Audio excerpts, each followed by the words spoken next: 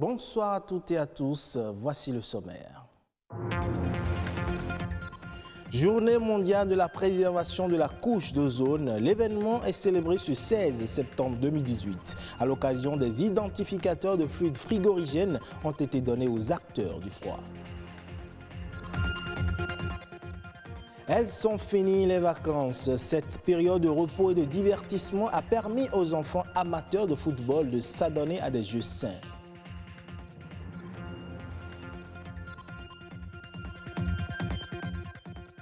Et si les vacances sont finies, sachez que la pluie et la rentrée scolaire ne font pas bon ménage. En cette veille de la reprise des cours, plusieurs écoles et collèges ploient encore sous le coup des inondations. Constat à suivre.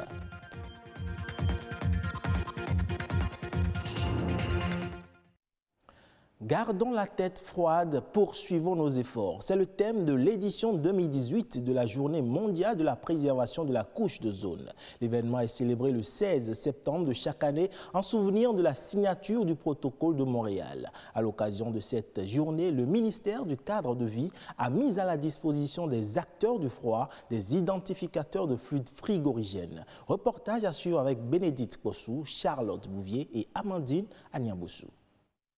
Essentielle à la vie sur Terre, la couche d'ozone est fragilisée par le rejet de gaz polluants dans l'atmosphère. Ces gaz forment des trous et laissent passer les rayons ultraviolets, très dangereux pour la santé.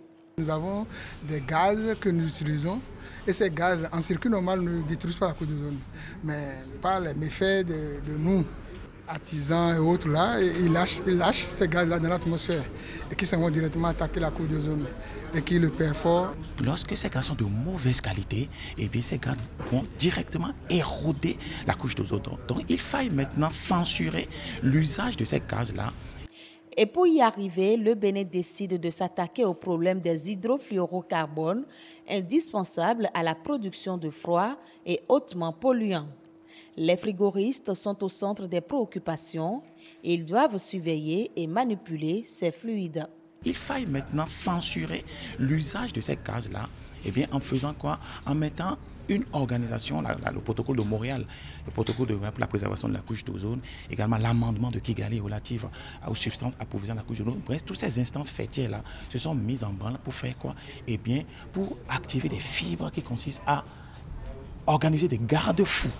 Lorsque vous avez des fluides frigorigènes de bonne qualité, la couche d'ozone est préservée. Voilà pourquoi les instances fêtières internationales eh bien, travaillent à ce que eh bien, on puisse utiliser les bons fluides frigorigènes dans nos équipements de climatisation et de froid.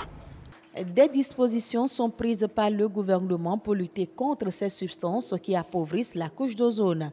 Les acteurs du froid ont reçu, à la veille de la journée consacrée à cette lutte, 12 identificateurs de fluides frigorigènes d'une valeur de 40 millions de francs CFA, ceci pour consolider leur formation.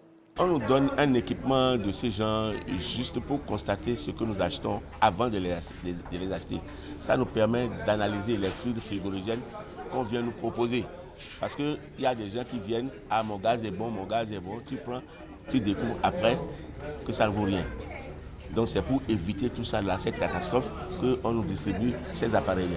Ça va nous permettre de détecter les bons gaz, les gaz purs, n'est-ce pas, et sans humidité, et ça va nous permettre aussi de limiter la destruction de la couche d'ozone. Gardons la tête froide et poursuivons nos efforts, c'est le thème retenu pour cette édition 2018. Plusieurs actions préalables ont été menées pour préserver la couche d'ozone. Nous renforçons les capacités des spécialistes de froid et climatisation, les enseignants. Nous renforçons les capacités des artisans frigoristes également, parce que c'est eux qui les manipulent.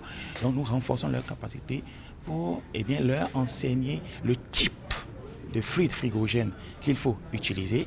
Nous les bachotons également sur ce que c'est que l'amendement de Kigali. La douane, également, nous les formons. Pourquoi? Parce que c'est eux qui doivent savoir comment arraisonner, arrêter les contrebandiers. Ces différents acteurs s'unissent pour préserver l'écosystème et la santé des hommes. Chaque citoyen est invité à s'engager dans la protection de la couche d'ozone, un investissement de soi très utile pour la santé et l'environnement. Je l'annonçais dans les titres, les vacances sont une période de repos et de divertissement. Cependant, il est du rôle des parents d'orienter leur progéniture vers des jeux sains. Et justement, Vacances Foot pour enfants a servi de tremplin pendant un mois aux enfants amateurs de football à Cotonou. Ceci est un reportage de Dean Bouraïman, Max Bill, accordien aussi, présenté ici par Héloïse Huinato. Mettre ses vacances au profit de l'apprentissage du foot. Cet objectif, Meva Pentecosia l'a atteint. Moi, je suis venue au foot. Je suis venue jouer. Comme elle, ses camarades sont fiers d'avoir passé de bons moments dans ce camp de vacances. Nous, enfants, sommes très contents de participer à ce divertissement. Nous voudrions que Vacances Foot pour enfants se pérennise. L'initiative, au-delà du divertissement, constitue la panacée pour occuper les enfants. Une pépinière pour faire éclore les talents. Je reste persuadé que Vacances Foot pour enfants sera l'événement de divertissement des enfants et permettra aussi de détecter les talents. Tout ce qui concerne les enfants en général nous intéresse, nous interpelle et nous invite à une mobilisation générale pour assurer leur avenir et leur devenir. Et j'espère que de cette initiative jailliront des talents qui défendront valablement les couleurs du Bénin à l'extérieur. Les parents sont conscients que la question de l'enfance est prioritaire. Cette activité de vacances a donc permis de donner à ces bouts de chou la culture du courage, la persévérance et le fair play. Les enfants étant un vivier de futures célébrités. Et si certains ont bien profité de leurs vacances, comme on vient de le constater, d'autres, par contre, ont la hantise de la reprise. Et pour cause, plusieurs écoles et collèges vivent encore sous le martyre des fortes averses. Chaque goutte de pluie est devenue un casse-tête pour tous les usagers de ces lieux, en l'occurrence les enseignants, les élèves et les écoliers. Max Bill Accordien aussi revient ici avec Mathieu Soukenou pour faire le constat dans certains complexes et établissements scolaires. Les saisons de pluie, un véritable cauchemar pour les usagers des écoles et établissements en inondation. Ici, au complexe scolaire de Yagbe, qui abrite aussi le collège d'enseignement général, les moindres pluies rendent les salles inaccessibles et impraticables. L'accès à l'établissement est difficile et exige un grand contournement. Devant le portail, la devanture, nous avons des difficultés. Nous avons suffisamment d'eau et même la voie d'accès au collège, vous-même vous le constatez, nous avons des difficultés. On se demande à la reprise comment les enfants vont se démerder. Donc vous voyez, devant cette salle de classe, quand il pleut, l'eau stagne là, au point où les enfants ont des difficultés pour aller en salle.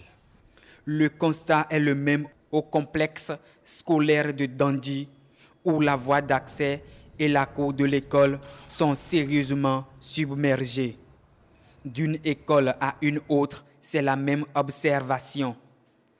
À tantôt, cette situation porte entorse à certaines activités pédagogiques et civiques.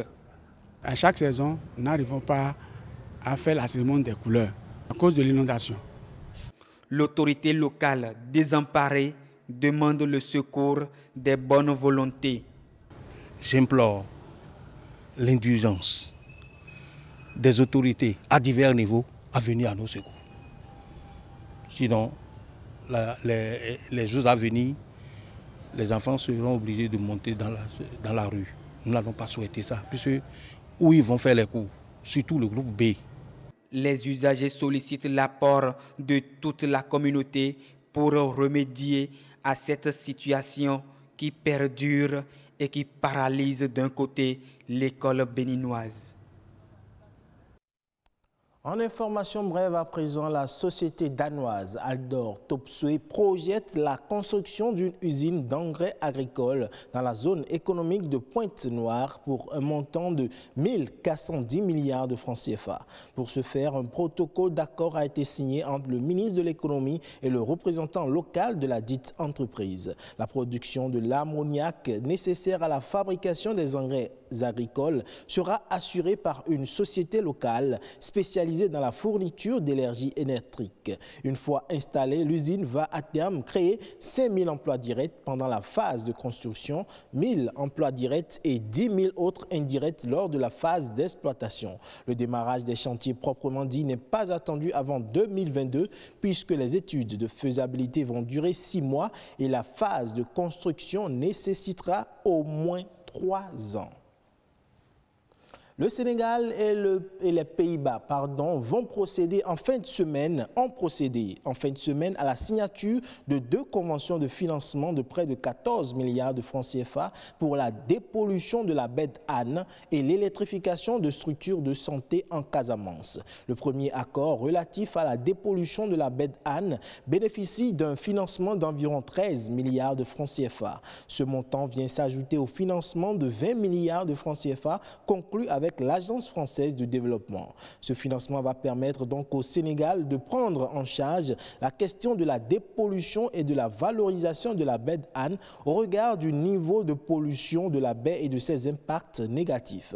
La première phase de ce projet qui vise à améliorer les conditions de quelques 500 000 Sénégalais devrait être lancée d'ici la fin 2018 pour finir en 2021. Le second accord relatif au projet d'électrification d'infrastructures de santé en Casamance bénéficie quant à lui d'un financement de 400 000 euros, soit 261 millions de francs CFA. Il sera exécuté par l'Agence nationale des énergies renouvelables. Merci pour votre aimable attention. Bonne fin de semaine à toutes et à tous.